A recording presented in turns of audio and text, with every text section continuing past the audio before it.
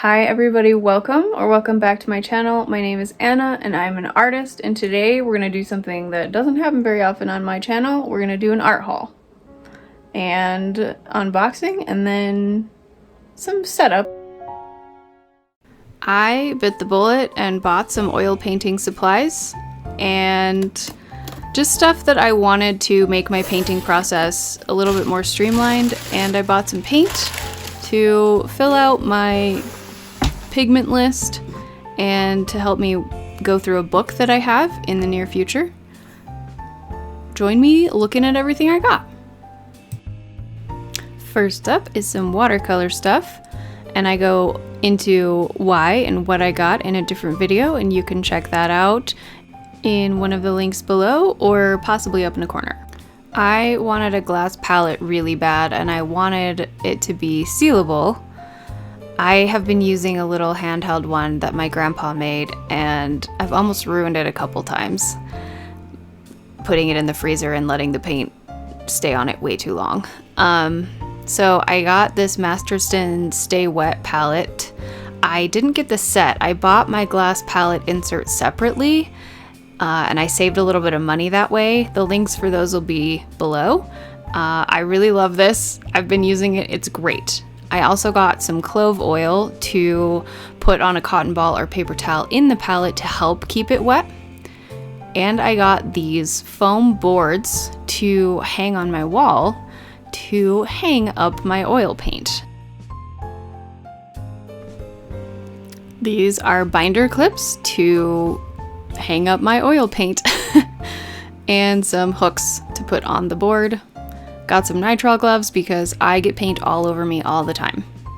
And I got this tube squeezer. It probably has an actual name. I don't know what it is.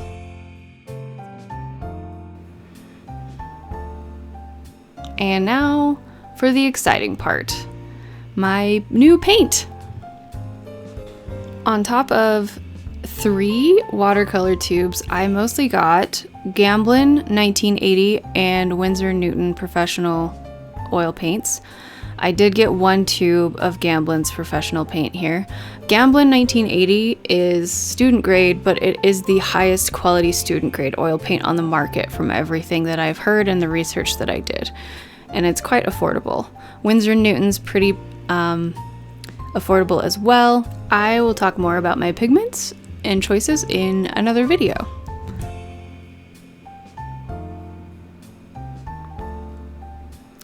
The Masterson palette says that it has a memory, the lid does, so I marked the edge of the lid and the base with a Sharpie so that I would remember where it goes on.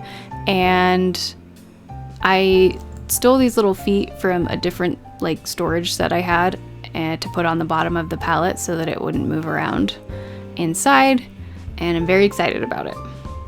Next up, I was ready to do a little bit of cleaning of my tube to prep them for hanging them upside down, the proper way to store them, it turns out. Sup? It's the next day. Yesterday I was too tired to do all the setup. I have to take down this wall, figure out what I'm gonna do with it. So it's the next day. Join me.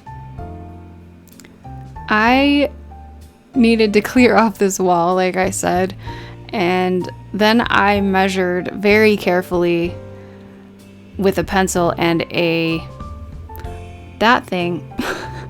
level to make sure that my boards were straight. Supposedly the sticky stuff on the back will come right off when you take it off the wall. We will see about that someday in the future.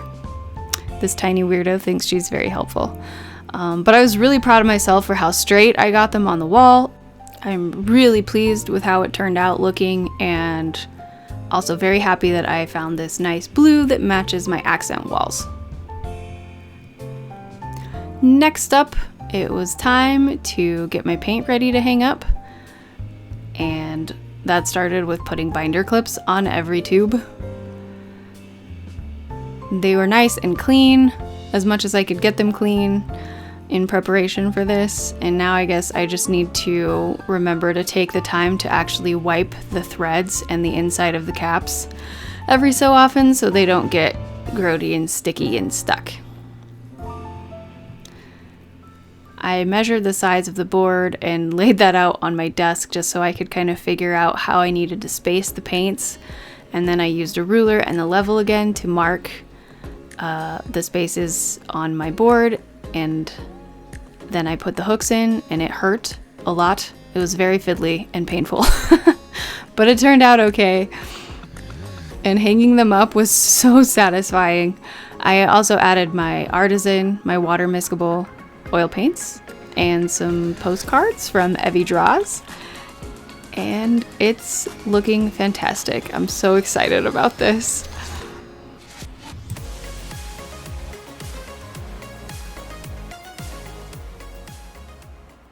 So last night I went a little bit crazy.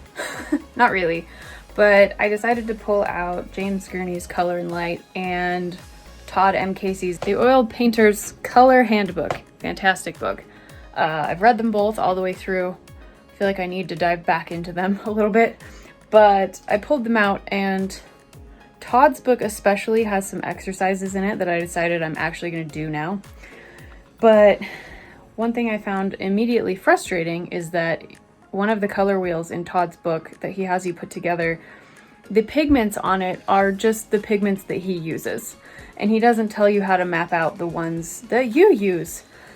But I found a video, a fantastic YouTube video, talking about how to set up a color wheel in the Munsell color system.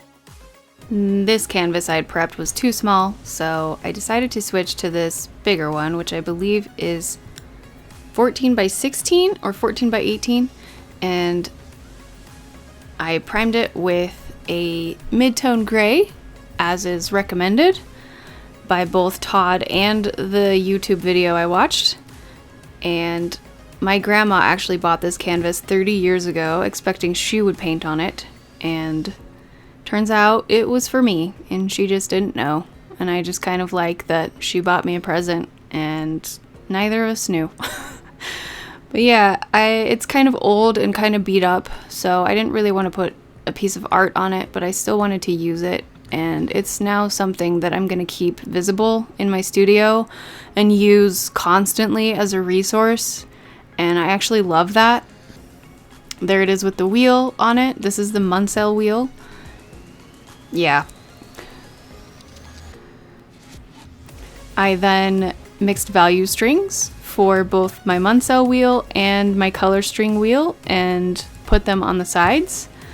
This was an intensely satisfying exercise. I also recommend this one.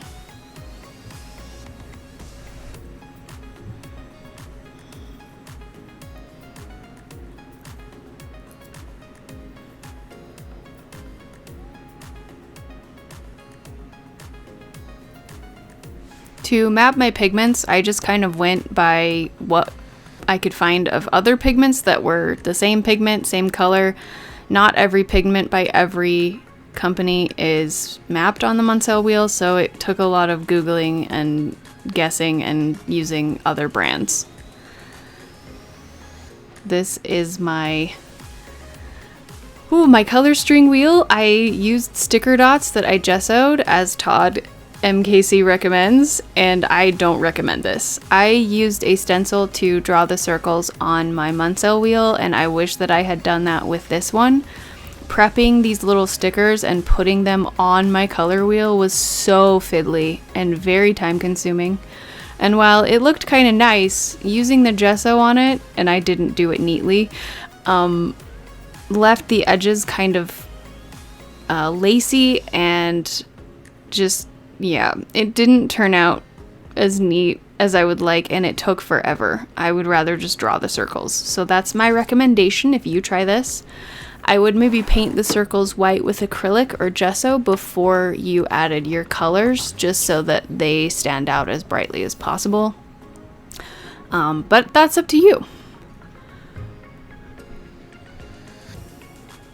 I prepped to do my color strings with my book open and my Munsell wheel available because, like I said, Todd uses different paint colors than I have. Some of mine are the same, but not all of them. And having my Munsell wheel done before I did my color strings made it a lot easier for me to figure out which colors that I had would work best for mixing each of these color strings. And that was really invaluable. So keep that in mind if you decide you're gonna do one or both of these color wheels.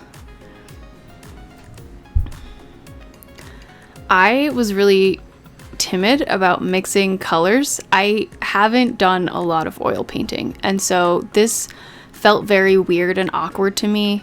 I've done enough, so it's not completely foreign, but it's still color mixing is not my strong suit. It feels very awkward to me, and I wasn't sure which of my palette knives was the best one, so this was really good exercise in regard to that because I was able to figure out which palette knife I liked best and get some really good practice with mixing colors. And right here I realized that I was doing the value scale backwards, that I wanted the lighter color in the middle of the wheel, so I wiped it off and started over. But yeah, this was really good practice. I started out mixing a lot of paint, and then I was able to slowly work into mixing less paint, and I'm really excited about how this turned out and found the practice color mixing and all of this just really invaluable. It was also fun, and it took me hours. Please don't come after me with how neat my circles are not. I am aware, and I knew that I might enrage some people. So, sorry about that. I did my best.